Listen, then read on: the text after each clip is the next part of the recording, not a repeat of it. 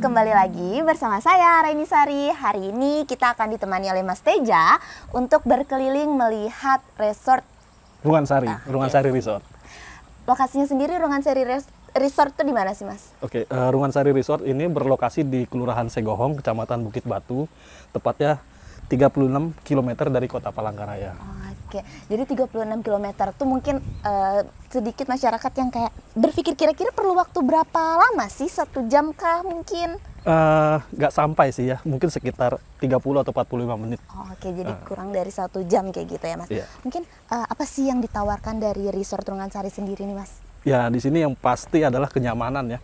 Dan kita di sini nuansanya benar-benar alami karena kita dikelilingi oleh hutan. Ya, jadi jauh dari hiruk-pikuk kebisingan di tengah kota. Menarik sekali. Jadi untuk masyarakat Palangkaraya yang ingin mencoba suasana baru kayak gitu, meskipun Palangkaraya juga masih banyak hutan ya, tapi Resort Rungansari sendiri menawarkan hal yang baru. Iya, betul sekali. Dan kita sekarang berkeliling ini di area restoran Rungansari. Sangat nyaman ya. Di sini ada area yang terbuka dan juga ada yang tertutup untuk jadi untuk AC. Iya, untuk yang ada yang smoking area dan non smoking. Di sini bisa merokok mungkin, Mas? Mungkin yang di luar bisa merokok ini. Di luar bisa merokok kan, ada kolam renang. Di situ ada sport center juga, lapangan tenis. Dan kita bisa santai-santai di sini. Oke, sambil menikmati suasana ya. Iya. Mungkin kamarnya sendiri ini ada berapa sih, Mas, di resort ini? Kalau untuk jumlah kamar total kita ada 30 kamar gitu ya. Jadi yang siap itu sekitar 28. Gitu. Oke, 28. Itu ada pilihannya nggak sih? Atau tipe kamarnya sendiri nih, Mas? Untuk tipe semuanya jenisnya sama ya. Jadi semuanya double dan twin bed gitu. Sama. Double. Terus harga per malamnya cukup murah ya. Sekitar 772.000 per malam. Itu bisa maksimal 2 orang. Maksimal 2 orang. Dan dapat include sudah breakfast untuk 2 orang. Okay. Oh iya, jadi kita di sini bisa ada yang namanya activity untuk keluar ya. Jadi ada beberapa tempat-tempat pariwisata seperti Segohong, susur sungai. Masyarakat atau para wisatawan yang ingin mencoba pengalaman aktivitas itu mulai start from berapa sih, Mas? Kalau untuk susur sungai lumayan terjangkau ya, murah ya di sana juga karena di situ UMKM. Gen Z bisa lah menikmati semua fasilitas pariwisata di sini. Tidak terlalu mahal juga kok. Gitu. Tidak terlalu mahal tuh berapa sih, Mas? Boleh di-spill sedikit gak sih? Berapa ya? Berapa ya? Kalau untuk kafe terapung, ya mungkin kalau makanannya sekitar 25.000, minumannya sekitar segitu.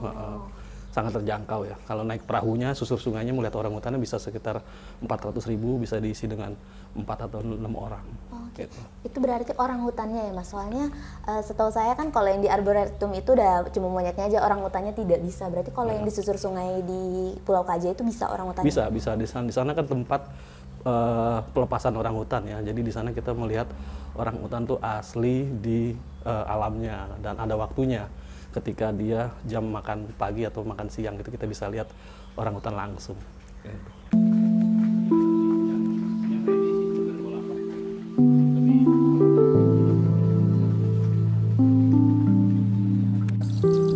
Oke, Tribuner, sekarang saya akan diajak oleh Mas Teja untuk mencoba local experience nih. Dari sini ke tempat wisatanya tuh perlu berapa menit sih, Mas? Untuk menuju Cafe Apung kita membutuhkan waktu sekitar kurang lebih 10 menit. Oke. Yuk mari ikuti keseruan kita. Oke, let's go. Sampai jumpa di sana.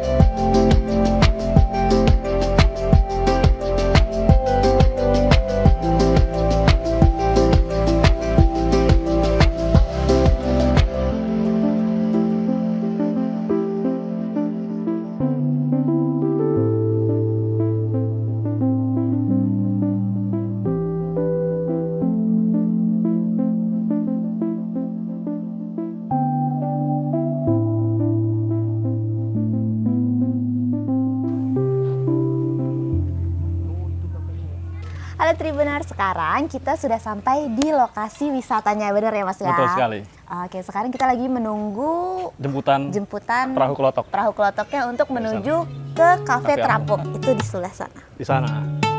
Tuh, ikutin keseruannya terus. Oke.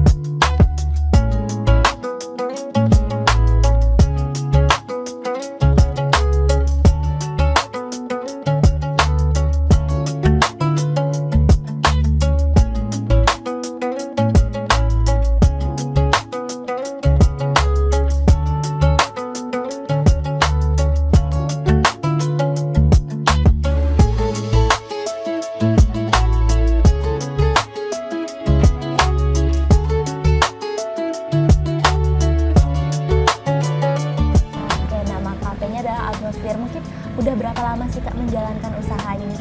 Atmosfer sendiri sudah setahun lebih lah ya, udah setahun 3 bulan lah. Setahun 3 bulan. Mungkin ide awalnya kenapa bisa terpikirkan membangun kafe di tengah sungai kayak gitu? Waktu saya kecil, saya sering kumpulin tanaman yang sering apung di atas air, kalau nggak tahu. Dan saya kumpulin itu buat peternak-peternak di sini waktu kecil. Hingga suatu saat, waktu saya kumpulin tanaman-tanaman itu di karung, saya terpesona lah ya lihat matahari yang bagus di sore. Aku langsung terbesit di pemikiran, suatu saat mungkin lah ya, kita akan bikin tempat kita bisa santai, bisa cerita sama teman-teman di atas sungai di tempat ini sambil lihat matahari sebagus ini. Mungkin setelah setahun ini apakah sudah merasa tercapai kayak gitu keinginannya sejak kecil? Belum sepenuhnya. Ada beberapa hal yang terpenuhi, bangunannya sudah dijalankan, sudah ada dan usahanya sudah dijalankan. Selebihnya ada hal pasti loh ya. Ada hal yang lain belum tercapai. Mungkin yang ditawarkan dari Cafe Terapung ini sendiri apa sih Kak? Suasana dari Kampung Segohong. Itu yang paling utama. Atmosfer bukan ngomong tentang koktail yang kita punya, bukan ngomong tentang kelapa yang kita punya, bukan ngomong tentang makanan yang kita punya, tapi tentang Segohong itu sendiri, warga-warganya. Apa yang Segohong punya, itulah atmosfernya. Mungkin konsepnya sendiri, ini kakak bikin sendiri atau ada turut andil orang lain sih gitu? Pasti ada turut andil orang lain. Pasti juga tanyain seberapa kuat desain ini dan juga referensi dari tempat-tempat terapung. Contohnya di Bali ada klub terapung misalnya, juga seperti itulah. Ini Kak, tamu-tamu sendiri gimana sih Kak? Setelah mengunjungi ini sebelum pulang mungkin ada memberikan kesan pesan untuk kakak sebagai owner kayak gitu? Selalu. Ada yang kritiknya positif, ada yang juga negatif. Ya, which is semua orang punya perspektif. Dan kuanggap itu sebagai masukan. Kita Cafe Terapung dengan konsep terapung pasti ada goyang kayak tadi ya kan. Ada orang yang nggak terbiasa dengan gelombang jadi agak sedikit pusing. Itu juga termasuk masukan juga, which is ya itu juga sudah. Berarti sebenarnya sangat banyak yang ditawarkan kayak gitu. Mungkin jam buka dan tutupnya sendiri nih Kak, jam berapa sih? Kita start dari jam 11 siang sampai jam 5 atau 6 sore. Tapi nggak sebaku itu sih. Oh, kayak menyesuaikan. Menyesuaikan aja. Ya. Itu mungkin hari bukanya sendiri setiap hari atau ada hari libur mungkin? Kita tutupnya kecuali hari Senin. Kecuali hari Senin. Hari Senin teman-teman jangan ke sini. Iya, hari Senin kita istirahat. Nah, kayak gitu. Oke. Mungkin Kak, kalau weekend tuh pasti selalu ramai atau Ya. rata-rata pengunjung itu datang bisa berapa banyak sih Kak? Weekend lah, Ya, 100 lebih. per hari itu cukup banyak. Menarik sekali teman-teman. Oke, mungkin terakhir nih Kak, pesan Kakak sebagai owner muda mungkin untuk masyarakat di luar sana yang ingin memulai usaha juga. Memulai usaha ya, harus dengan visi yang kuat aja. Dan segala hal itu pasti berubah dengan planning kita. Kita punya planning A sampai Z, itu pasti ada hal-hal lain yang dari eksternal. Kalau aku sebagai owner Atmosphere, aku bisa dengan opennya untuk sharing bagaimana misalnya building enterprise gitu. Sambil ini juga ya aku sedikit ini soal branding ya. Aku juga biasa sharing ke teman-teman yang mau buka usaha apapun usahanya. Ini loh cara untuk dari pandanganku ini cara manajemennya. Jadi kita bisa sharing apa itu bisnis, apa itu manajemen buat teman-teman yang mau buka dan memulai usaha. Kalian nggak sendirian, kalian punya teman-teman yang sevisi dan semisi untuk membangun usaha buat masa depan. So, aku terbuka untuk sharing. Oke, siap. Oke, itu teman-teman obrolan seru kita bersama Kak William selaku owner Atmosphere. Sampai jumpa di vlog selanjutnya. Bye. Bye-bye.